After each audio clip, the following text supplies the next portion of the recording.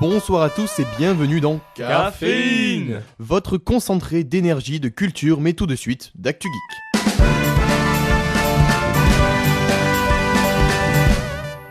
J'aimerais commencer par vous parler de la demande en mariage la plus, surprenante et impressionnante dont j'ai entendu parler. En effet, il y a quelques semaines, un homme a demandé sa petite amie en mariage via, tenez-vous bien, Angry Birds. Comment ? Eh bien, c'est très simple.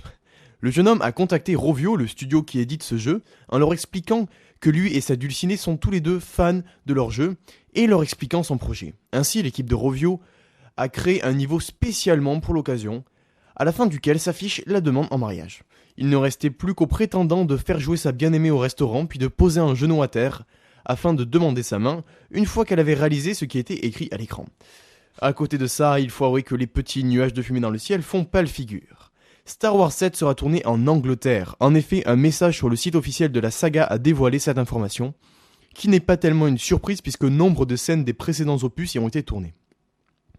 Ce choix montre ainsi un certain désir de continuité et de ne pas rompre avec la tradition pour Disney, qui espérons nous offrira un nouveau cycle Star Wars à la hauteur des précédents, cycle qui sera pour son premier opus, je le précise, réalisé par J.J. Abrams, réalisateur des deux Star Trek. Et en parlant de suite, sachez que la première bande-annonce de la série Agent of S.H.I.E.L.D.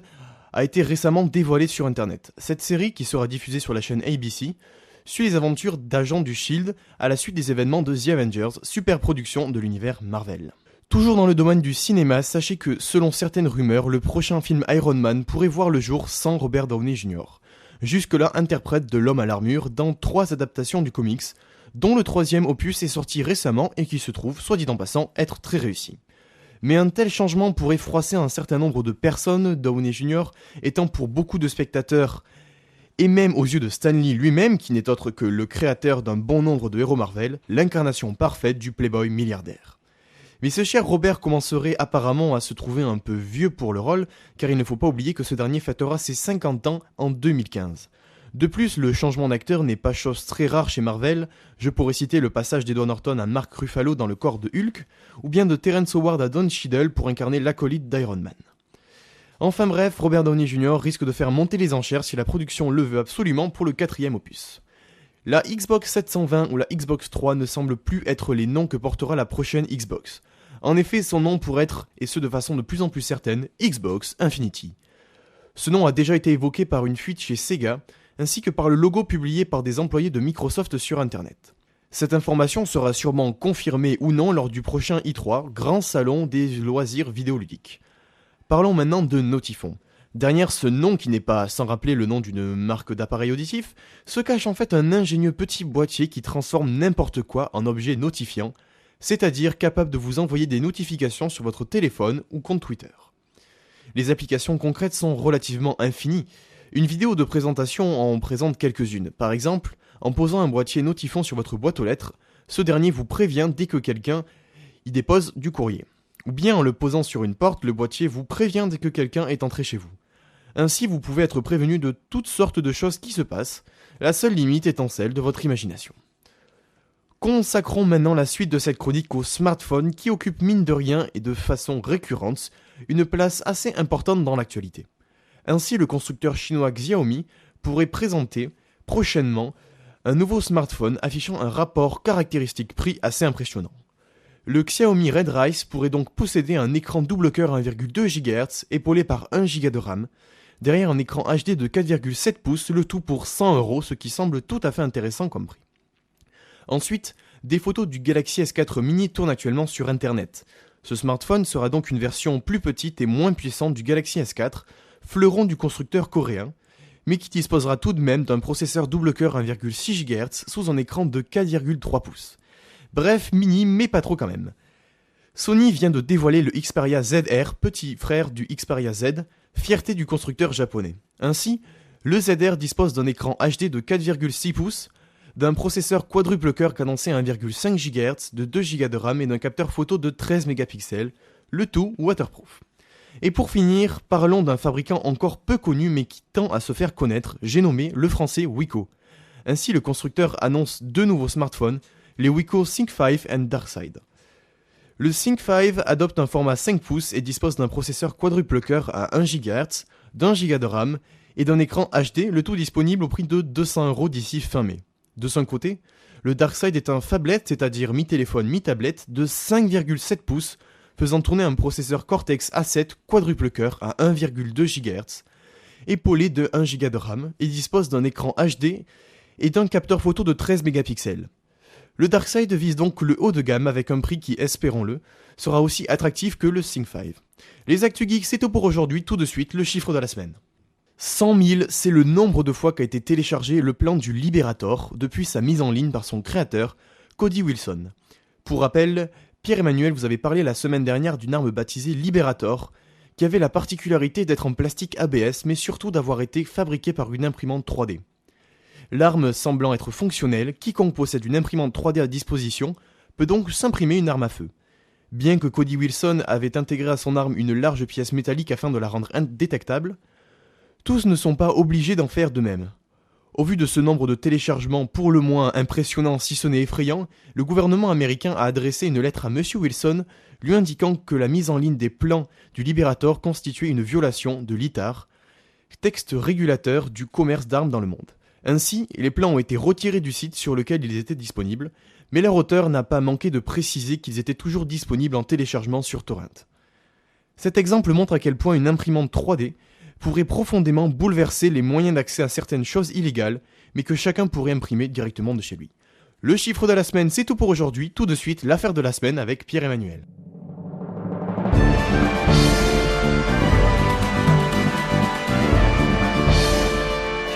Salut à tous et à toutes.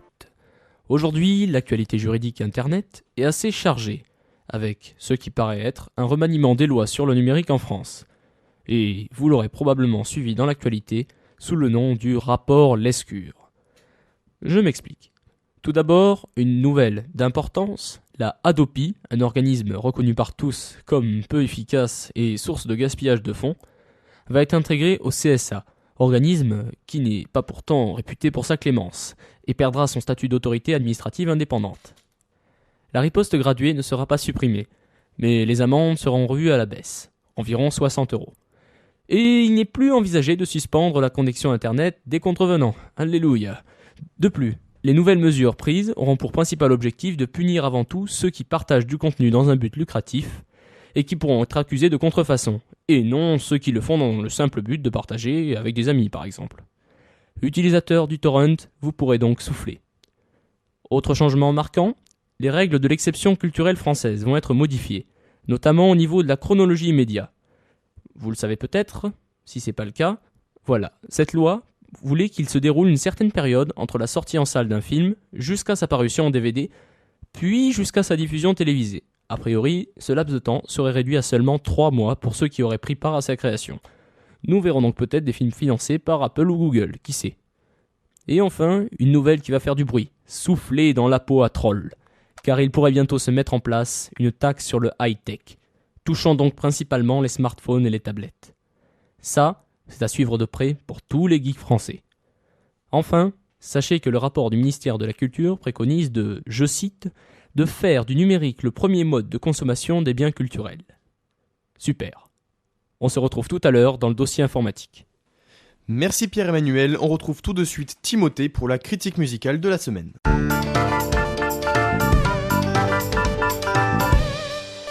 Salut à tous et à toutes.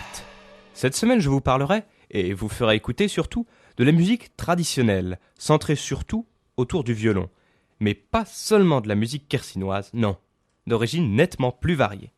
Commençons toutefois avec de la musique bien de chez nous, quercinoise, la polka de Prayssac avec Xavier Vidal, qui a été professeur à l'école de musique municipale de Figeac et qui est désormais au conservatoire de musique traditionnelle de Toulouse, soit dit en passant, et Cyril Breteau à l'accordéon, qui est professeur d'accordéon à l'école de musique municipale de Figeac. C'est donc de la musique à danser, la polka étant bien sûr une danse.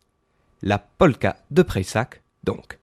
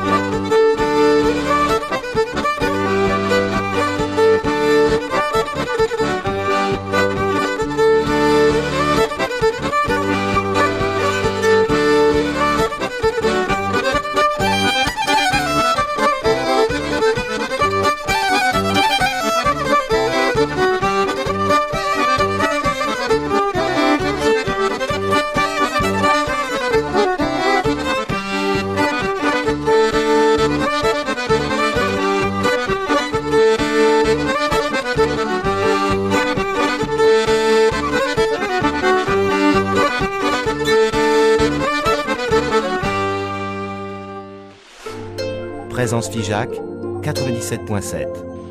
C'était donc le duo Xavier Vidal, Cyril Breteau, violon-accordéon. Style de jeu traditionnel donc, quoique Xavier Vidal ait son propre jeu bien à lui. Les variations à la mélodie de base, avec des improvisations parfois, occupent une place très importante dans le jeu, mais plus important encore est le rythme. C'est vraiment de la musique à danser. Ensuite, partons loin, très loin, avec un morceau des vallées scandinaves, Eiling Netter Nerineset. Je ne sais pas si c'est comme ça que ça se prononce. Google Traduction n'a pas marché, donc pas de prononciation non plus. C'est un morceau en solo, je le précise.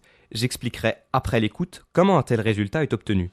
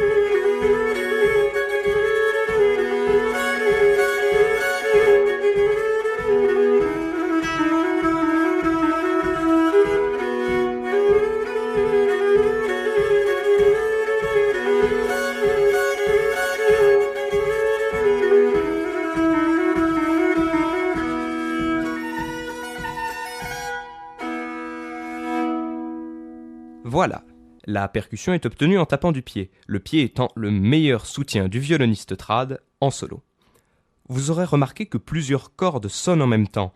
En fait, outre les 4 cordes principales, j'ignore si elles sont accordées de la même manière que chez nous, donc je n'entrerai pas dans le détail des notes, il y a, passant dessous même le chevalet, qui est la pièce de bois sur laquelle s'appuient les 4 cordes principales, entre le cordier, qui est la petite pièce de bois noir en bas du violon sur laquelle sont attachées les cordes, et le manche.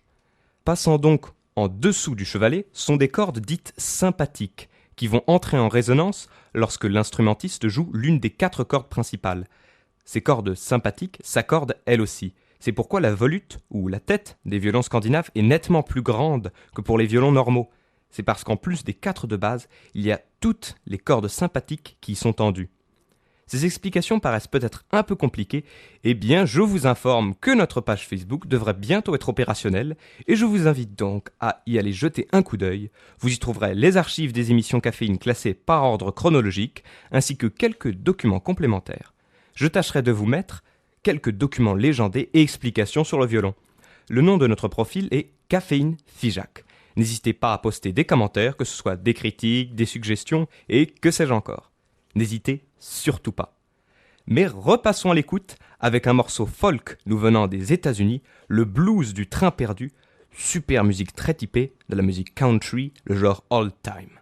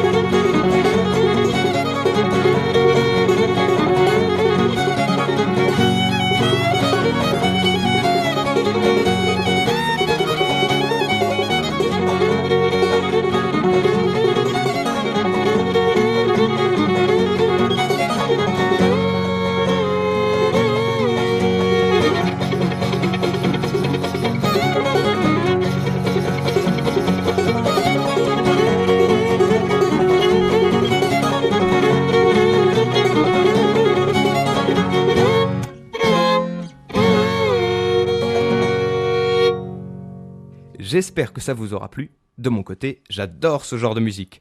Musique country, nous venant des États-Unis donc, Lost Train Blues. Allez, encore un et nous fermerons cette chronique musicale.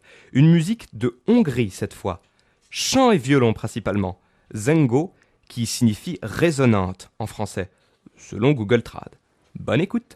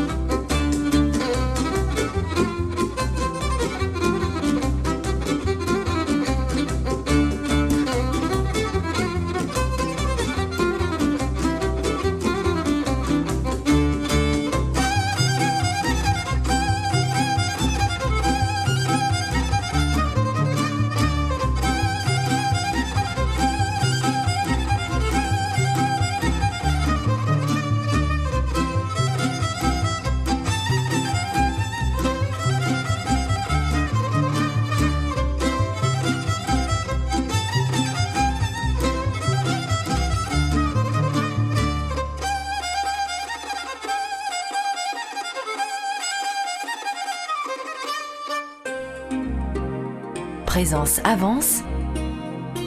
Avec vous, Voilà, Zengo, un morceau qui nous vient de Hongrie. J'espère que cette chronique un peu spéciale vous aura plu. Je vous rappelle que notre page Facebook devrait être opérationnelle d'ici peu, avec donc les archives de nos émissions, quelques documents complémentaires. Je tâcherai d'en mettre sur le violon pour éclairer votre lanterne si les explications qui furent faites vous parurent confuses. N'hésitez pas non plus à laisser des commentaires, que ce soit des suggestions, des remarques, etc. Chronique musicale, c'est tout pour cette fois. On se retrouve pour la chronique Bliss et Natura. Merci Timothée, fini la musique, rebonjour l'informatique, tout de suite le dossier de la semaine. Et me revoilà pour le dossier de la semaine. Cette fois, je vous présente un dossier informatique qui a plutôt des airs de débat, j'en suis conscient, mais il était primordial de vous montrer les divers aspects du problème. Parce qu'il y a un problème. Mais avant d'en parler, ce soir, mettez-vous à l'aise au coin du feu si vous en avez un, et adoptez une activité relaxante. Tiens, et si vous plongiez dans la lecture d'un bon roman? Imaginez la suite. Vous vous installez dans un fauteuil avec un bon thé, vous empoignez votre liseuse numérique Kindle et c'est parti. Halte là! Mais vous n'avez pas honte? Comment osez-vous ruiner l'industrie littéraire, la culture primordiale du livre papier? C'est ce que vous demanderait un partisan pro-livre. Et oui, après le débat sur le téléchargement légal ou illégal, on se bat maintenant pour savoir si l'utilisation massive des e-books ne va pas mettre un terme à la création littéraire et à l'économie du bouquin. Pour ceux qui manquent d'informations sur le sujet, un e-book est l'équivalent numérique d'un livre traditionnel. En gros, l'intégralité de n'importe quel livre devient consultable sur tous les appareils informatiques adaptés. Ce service est la plupart du temps payant, même si le coût est plus faible que celui d'un livre sur support papier. Mais il peut être aussi gratuit. C'est plus ou moins légal, bien sûr. Une nouvelle génération de tablettes a donc vu le jour, des liseuses. Ces appareils sont conçus pour la lecture et la rédaction, ainsi que pour le stockage d'ouvrages numérisés, et ont un format proche des tablettes du genre iPad. On peut donc bien sûr trouver des arguments pour et des arguments contre l'avènement du livre électronique, arguments qui fusent entre les protagonistes du débat. Pour les arguments favorables, voilà quelques réflexions qui, selon moi, sont indiscutables. Un e-book, tout d'abord, sur format numérique, coûte moins cher, c'est évident.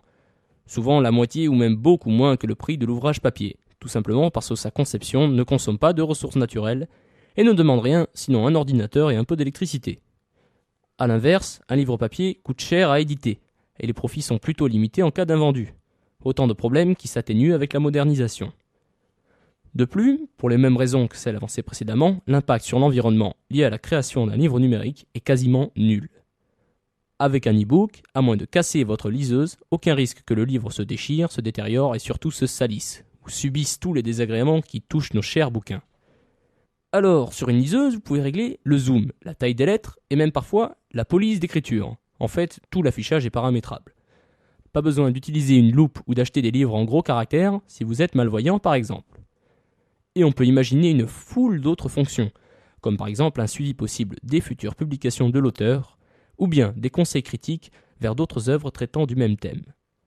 Un projet qui semble en bonne voie a pour but de connecter les liseuses et les tablettes compatibles aux réseaux sociaux. La lecture prendra alors une dimension plus conviviale et sociale. Autre avantage notable, aucun encombrement, même si vous êtes un accro de la lecture, puisque les liseuses peuvent stocker des dizaines, voire des centaines ou même des milliers d'ouvrages. Fini les bibliothèques massives et poussiéreuses. Il suffit d'avoir votre liseuse sous la main. On peut même transférer des images, des ouvrages sur des disques durs, ce qui augmente encore la capacité. Et c'est là un défaut majeur du livre traditionnel. Lourd, imposant, dans les sacs et les poches, à moins que ce soit un livre de poche. Encombrant, un volume est difficile à transporter, même au format poche. Un argument un peu plus incertain, mais défendable. La circulation de données et d'échanges d'œuvres va s'intensifier et permettre à tous ceux qui voudront s'ouvrir à la culture de lire beaucoup et à moindre coût. C'est discutable, mais l'avènement des e-books pourrait, selon certains, favoriser l'accès à la culture. Mais maintenant, il y a le revers de la médaille. Et puis, il y a ceux qui ne veulent pas se détacher du livre traditionnel. Voilà donc maintenant quelques arguments pour l'usage et la conservation du livre papier. Une des raisons majeures qui pousse la majorité des lecteurs à se méfier du livre numérique, c'est un peu idiot, mais c'est comme ça. C'est tout simplement les siècles d'habitude de l'homme au support papier. Difficile pour certains de changer leurs habitudes, alors qu'ils ont vécu à des décennies de domination du livre en papier et carton. On a déjà pu observer un phénomène semblable lorsque toute l'administration est passée d'un seul coup à l'utilisation du numérique. Le livre papier sollicite beaucoup plus les sens, tout simplement parce qu'il s'agit d'un objet beaucoup moins impersonnel, parfois de fabrication artisanale. Il est difficile de ne pas s'approprier un livre. On le salit, on souligne, on gribouille, on renverse du café dessus malheureusement. On fait l'association du livre à sa couverture, ce qui nous permet de nous repérer dans une collection sans se souvenir du titre de chaque ouvrage. Le toucher est aussi utilisé, plus largement que pour une tablette. Quand on lit un beau livre, c'est agréable de manipuler une belle couverture et un bon papier. L'odorat intervient aussi, puisqu'un livre est toujours chargé d'odeurs de neuf, de papier, de renfermé, de poussière ou d'encre. Et c'est très discutable, mais après tout, pourquoi pas? Il est vrai qu'un livre peut servir à tout un tas d'usages plus ou moins bizarres. Regardez chez vous, rehausser, classer, caler un meuble, taper sur le crâne de quelqu'un, ou pour servir comme combustible. Autant d'usages qui ne conviennent pas à une liseuse à 100 € ou un iPad à 500 €. Enfin, d'après les pro-livres, les livres dits électroniques seraient trop impersonnels, trop froids, et leur lecture manquerait de confort visuel. Ils feraient trop mal aux yeux. Ces arguments ne tiennent bien sûr plus vraiment la route aujourd'hui, à l'heure où nous vivons entourés de machines et rivés à des écrans en tout genre. Et les e-books finiront par démolir le marché du livre et ruiner l'économie du secteur, qu'ils vont, soi-disant, remplacer totalement. C'est en tout cas ce qu'avancent la plupart des écrivains renommés, qui bien sûr risquent de voir leur portefeuille s'alléger. En réalité, d'après certains experts, les économies respectives de l'e-book et du livre vont probablement se stabiliser, séparant les consommateurs qui privilégient le statut du produit de ceux qui s'intéressent avant tout à l'information qu'il comporte. Je conclurai en disant ceci. Si vous restez malgré tout attaché aux valeurs du livre traditionnel, je ne pourrais vous en blâmer, moi qui en possède et en lis une grande quantité. Mais si vous êtes tenté par un changement, sachez en tout cas, sans trop faire de publicité, que des sociétés comme Amazon proposent des tablettes dont le prix avoisine la centaine d'euros et plusieurs types d'abonnements. Par exemple, un abonnement mensuel avec lecture à volonté pour les gros lecteurs et aussi un abonnement sélectif pour les achats spontanés des lecteurs plutôt occasionnels. Pour la suite, c'est à vous de voir. Sachez en tout cas que le marché des e-books est en pleine évolution depuis des années et que les offres vont toujours en s'améliorant. Pour finir, retrouvons Timothée pour la chronique Bliss et Natura.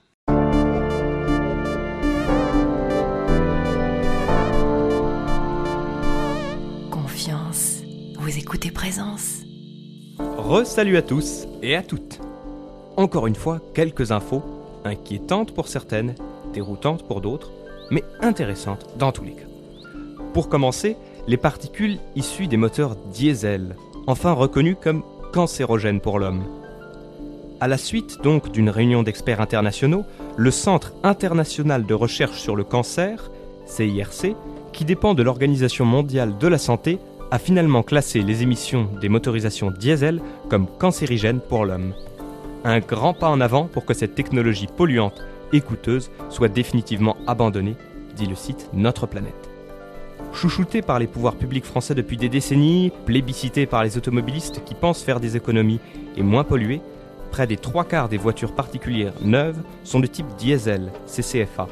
Résultat, le parc automobile s'est dieselisé, comme nulle part ailleurs dans le monde, passant de 14,2% des voitures particulières diesel en 1990 à 58% en 2011. CCFA. Malheureusement, ce n'est pas une bonne nouvelle. En effet, si le secteur des transports routiers ne contribue qu'à 19% des émissions nationales de particules très fines, il demeure une source principale d'émissions de particules, 40% à 85% des émissions, en ville. Or, ce sont les véhicules diesel qui émettent le plus, et de loin, de particules carbonées dans l'air. Ces particules microscopiques ne sont pas anodines. Manifestations inflammatoires des voies respiratoires, allergies, crises d'asthme, bronchite chronique à long terme, réduction de la capacité respiratoire chez les enfants, manifestations cardiovasculaires et augmentation de la mortalité cardio-pulmonaire et du cancer chez l'adulte. De nombreuses études suspectaient déjà le caractère cancérigène des particules diesel et dès 1988, le Centre international de recherche sur le cancer classait les émissions diesel comme probablement cancérigènes. Depuis, de nouvelles évaluations ont été menées, notamment chez les travailleurs au contact de ces rejets, garagistes, routiers. Leurs résultats préoccupants ont été confirmés et soulignés par une vaste étude américaine sur l'exposition professionnelle aux émissions diesel dans des mines souterraines. Celle-ci a montré un risque accru de décès par cancer du poumon chez les travailleurs exposés. Par conséquent, le groupe de travail du CIRC a conclu qu'il existait suffisamment de preuves quant au caractère cancérigène des émissions de diesel. Celles-ci ont été donc classées au niveau 1 cancérigène pour l'homme, le plus haut niveau des groupes d'évaluation du caractère cancérigène d'un agent. Ensuite, parlons des plantes vertes. On entend souvent, notamment dans les jardineries, que les plantes ont la capacité de dépolluer l'air intérieur vicié. Si c'est vrai dans des conditions très particulières, en pratique, dans les lieux de vie intérieurs, leurs effets ne sont malheureusement pas significatifs. C'est ce que montre une expérience menée par le bureau d'études Indigo dans ces locaux. Nous passons jusqu'à 90% de notre temps à l'intérieur de lieux clos, logements, bureaux, écoles, transports en commun, où nous sommes exposés de façon chronique à de nombreux polluants atmosphériques qui peuvent avoir des effets négatifs sur notre santé. Les polluants les plus problématiques et les plus courants dans l'air intérieur sont les composés organiques volatiles, ou COV, et notamment le formaldéhyde. Les COV sont émis par de nombreux produits et matériaux, mousse isolante, lac, colle, vernis, encre, résine, papier, plastique, moquette, bois aggloméré et contreplaqué, peinture, produits de bricolage, produits d'entretien, solvants, dégraissants, dissolvants, conservation, agents de nettoyage, disperseurs, etc. Mais surtout par les fumeurs. Rappelons que la fumée de tabac, qui contient plus de 4000 substances chimiques, est considérée comme le premier polluant de l'air intérieur par l'Académie de médecine. Les données françaises à ce sujet sont récentes, puisque c'est l'Observatoire de la qualité de l'air intérieur qui a commencé à effectuer des campagnes de mesure en 2005, tandis que l'Agence nationale de sécurité sanitaire de l'alimentation, de l'environnement et du travail mettait en place des valeurs guides de référence permettant de définir à partir de quelle concentration en polluants l'air intérieur devait être considéré comme pollué ou non. Les premières conclusions de ces institutions sont alarmantes. Un quart des logements présentent une pollution au formaldéhyde. 9% sont concernés par plusieurs composés. Dans les établissements scolaires, le constat est aggravé par la plus grande densité du mobilier, l'usage plus fréquent de certains produits, les produits d'entretien notamment, ou les marqueurs, les peintures, les colles, et l'occupation plus importante des locaux. Le formaldéhyde est un irritant pour les yeux, le nez et la gorge. Présent en petite quantité, il reste sans danger. Mais les quantités dans les lieux clos sont souvent importantes. Il devient alors un gaz irritant et toxique, voire cancérigène. Et il est inodore, d'où drame. On peut donc se demander comment lutter contre la pollution de l'air intérieur. Première solution radicale, supprimer et ou limiter les sources d'émissions en prenant soin de ne pas multiplier les produits d'entretien, mais aussi les bougies parfumées, encens et déodorisants qui, derrière leurs bonnes odeurs, cachent souvent de nombreux composés toxiques. Deuxième solution, complémentaire et également très efficace, aérer régulièrement les locaux, au moins 20 minutes par jour, même si la température extérieure n'est pas incitative. D'autant plus que la température intérieure ne doit pas être trop élevée, tout comme l'humidité relative. Il faut aussi éviter de se calfeutrer et de boucher les systèmes de ventilation intérieure. Troisième solution, transformer son intérieur en serre garnie de plantes vertes ? Pas vraiment. En effet, le mythe se heurte au fait qu'aucune étude ne prouve que, dans les conditions normales de vie en intérieur, c'est-à-dire l'humidité, la température, la lumière, les plantes vertes n'ont pas d'effet significatif sur la qualité de l'air. Mais sachez que ce n'est pas par manque d'études, il y en a déjà eu de fait, il y en a encore en cours. Et malheureusement, on ne peut guère se reposer que sur des études pour des choses comme la qualité de l'air, le ressenti des individus n'étant pas vraiment significatif de cette qualité. Aussi, la meilleure manière de dépolluer l'air est avant tout de ne pas le polluer tout court, en évitant, en changeant ou en diminuant l'utilisation des différents produits de ménage. Ensuite, aérez votre milieu de vie. 20 minutes par jour au minimum, ce n'est pas grand-chose. Une petite pause musicale avant d'aborder le plus gros thème de cette chronique, la consommation de viande. Mais tout de suite, la polka de Langlard qui nous vient d'Auvergne. Bonne écoute, on se retrouve juste après.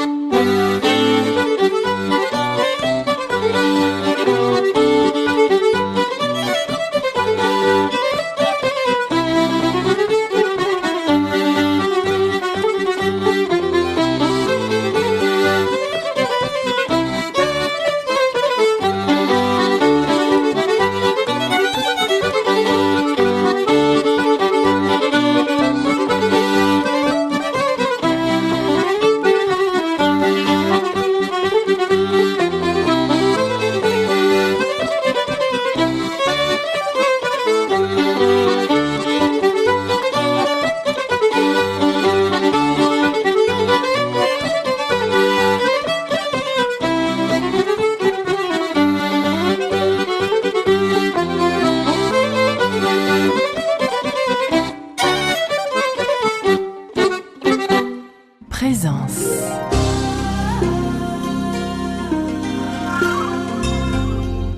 C'était la polka de Langlard, musique que j'aime beaucoup nous venant d'Auvergne. Enfin, parlons de la consommation de viande. Autrefois l'apanage des pays riches, la consommation de viande ne cesse d'augmenter dans le monde. L'élévation du niveau de vie dans les pays en voie de développement amplifie les effets déjà catastrophiques mais peu évoqués d'une surconsommation de viande non soutenable et inutile. En moyenne, un être humain consomme 100 grammes de viande par jour. Dans les pays développés, la consommation est supérieure à 200 grammes par jour, alors que dans les pays en développement, elle est de 47 grammes, avec de fortes disparités régionales. Alors que la consommation individuelle de viande en France a diminué depuis 1998. Elle est de nouveau en hausse en 2010 avec une augmentation de 1%. En moyenne, un Français mange près de 88 kg de viande par an, contre 81,9 kg en moyenne dans l'Union européenne, soit plus de 240 grammes par jour, l'équivalent de 5 tranches de jambon. Cela représente pour notre pays l'abattage de 1,1 milliard d'animaux par an, 60 milliards d'animaux à l'échelle mondiale. La production mondiale de viande a quintuplé entre 1950 et 2000. Elle était de 283,9 millions de tonnes en 2009 et pourrait atteindre 465 millions de tonnes en 2050, tandis que la production de lait passerait de 702,1 millions de tonnes à 1043 millions de tonnes sur la même période au regard de la croissance démographique et de l'évolution des habitudes alimentaires. Or, pour nourrir le bétail, la demande en céréales augmente de manière considérable, les céréales étant de plus en plus aliments de base du bétail au détriment de l'herbe des pâturages. C'est pourquoi, selon les prévisions de l'Organisation des Nations Unies pour l'alimentation et l'agriculture, il serait nécessaire de doubler la production agricole d'ici à 2050. En effet, pour produire 1 kg de viande, il faut 7 kg de céréales. Pour répondre à cette demande, il est possible d'augmenter la surface des terres cultivées. Mais à quel prix ? Déforestation, monoculture intensive, utilisation de pesticides, d'OGM, avec en prime des destructions d'écosystèmes et donc une perte dans la biodiversité. L'élevage et le soja, exportés comme aliment du bétail, seraient la première cause de la déforestation selon Alain Karsenty, économiste au Centre de coopération internationale pour le développement et expert auprès de la Banque mondiale. Après une enquête de 3 ans publiée en juin 2009, Greenpeace affirme que l'élevage bovin serait responsable à 80% de la destruction de la forêt amazonienne. L'UE, dont la superficie des forêts augmente, est le 4e importateur de bovins derrière les USA, la Russie et le Japon. En outre, 80% des importations de bovins de l'UE viennent d'Amérique du Sud. Or, la France est le premier consommateur européen de viande bovine. Ainsi, la consommation de viande en Europe et en France est une cause de la déforestation en Amérique du Sud. Alors, quelques chiffres maintenant sur les surfaces de sol nécessaires pour la production d'1 kilo de différents aliments. Pour le bœuf, en élevage intensif en comptant le fourrage, 323 mètres carrés nécessaires pour 1 kg, contre 269 mètres carrés pour du bœuf de pâturage. Ensuite vient le poisson, avec 207 mètres carrés pour 1 kg. Puis le cochon, avec 55 mètres carrés pour 1 kg. Ensuite le poulet industriel, 53 mètres carrés pour 1 kg. Puis en tout dernier viennent le riz et les pâtes, avec 17 mètres carrés pour 1 kg. Le pain, avec 16 mètres carrés pour 1 kg. Et enfin 6 mètres carrés pour 1 kg de pommes de terre ou de légumes en général. Ce n'est bien sûr pas l'espace occupé par l'animal pour son épanouissement physique. Non, ça, au début du circuit de la malbouffe, avec l'élevage intensif, les chiffres sont ridicules. Et c'en est inquiétant. Cela compte la surface de tout ce qui est nécessaire à l'alimentation, et tout le reste également de l'animal. Regardez juste à côté de chez nous, de chez vous, de chez moi. Regardez les champs de maïs. Bon, je reconnais qu'il n'y en a pas vraiment à cette époque de l'année. Mais sachez que ce maïs, qui demande tant d'eau et d'espace, est destiné aux bestiaux. Et la quantité de maïs nécessaire à nourrir un bovin ou un autre animal qui donnera une certaine quantité de viande est beaucoup plus importante que la quantité de viande qui sera fournie au final. C'est logique, ça tombe sous le sens. Mais alors qu'il y a des problèmes de malnutrition, voire de famine dans le monde, c'est tout de même misérable, non ? Je vois déjà ce que beaucoup se diront. C'est comme pour le Made in China, pour les OGM, pour les produits industriels et la malbouffe. On se dit, mais qu'est-ce qu'on peut y faire ? Que peut-on y changer ? On ne peut rien y faire, on ne peut rien y changer de notre côté. Ils disent ça pour se donner bonne conscience, ils consomment au final de ces produits qu'ils critiquent. Eh bien, sachez que vous pouvez faire quelque chose, nous le pouvons tous. Cessez de vous morfondre dans l'inaction et la bêtise qui est de dire que nous, pauvres quidam, ne pouvons rien changer. Comme disait Coluche dans un de ses sketchs, remarquez, tant qu'ils trouveront des pour en acheter, on pourra rien dire, hein. C'est la même chose. Vous ne cautionnez pas le travail des enfants, le Made in China de mauvaise qualité ? Alors n'achetez pas, c'est aussi simple que ça. Si tout le monde agissait ainsi, il y aurait déjà un début de changement. Vous pouvez faire changer les choses, sachez-le. Nous le pouvons tous, chacun à notre échelle. N'attendez pas qu'on le fasse pour vous. N'allez pas vous lamenter auprès d'un tel. Mais toi, tu pourrais faire quelque chose. Mais lui, il pourrait faire quelque chose. Appliquez ça également à vous-même. C'est valable pour moi aussi. Je peux faire quelque chose, vous pouvez faire quelque chose. Oui, c'est vrai lui aussi. Mais avant d'aller chercher chez les autres, il faut chercher chez soi. Les petits ruisseaux font les grands fleuves, les petites pièces les grandes fortunes, et les petits gestes les grandes actions. Si vous ne cautionnez pas le fait que des animaux soient élevés dans des cages qui ne font même pas 2 mètres carrés, qu'ils soient bourrés d'antibiotiques, ce qui crée une résistance des virus aux antibiotiques au passage, qui ne voient jamais la lumière du jour, que la captivité et la promiscuité rend fou, que les poules ainsi traitées s'arrachent mutuellement les yeux si elles en ont la possibilité. Alors n'achetez plus ces produits d'origine abominable. Plus facile à dire qu'à faire ? Si je suis d'accord pour le Made in China, pour le reste, c'est plus facile à dire qu'à faire, mais c'est faisable tout de même. Je vous laisse méditer là-dessus et je vais y méditer moi-même également. Pardon si je vous ai brusqué, mais le sujet mérite la véhémence que j'y ai apportée. Bliss et Natura, c'est tout pour cette fois, à la semaine prochaine. Et je vous rappelle tout de même, encore, que notre page Facebook devrait être opérationnelle bientôt, avec les archives de nos émissions et des documents complémentaires. N'hésitez donc pas à faire des commentaires, des remarques, des encouragements, des critiques, que sais-je encore. Notre profil Facebook est Caféine Figeac. À la semaine prochaine. Caféine, c'est tout pour aujourd'hui. On vous donne rendez-vous jeudi prochain pour une nouvelle émission. Nous vous souhaitons une agréable soirée sur les ondes de Radio Présence.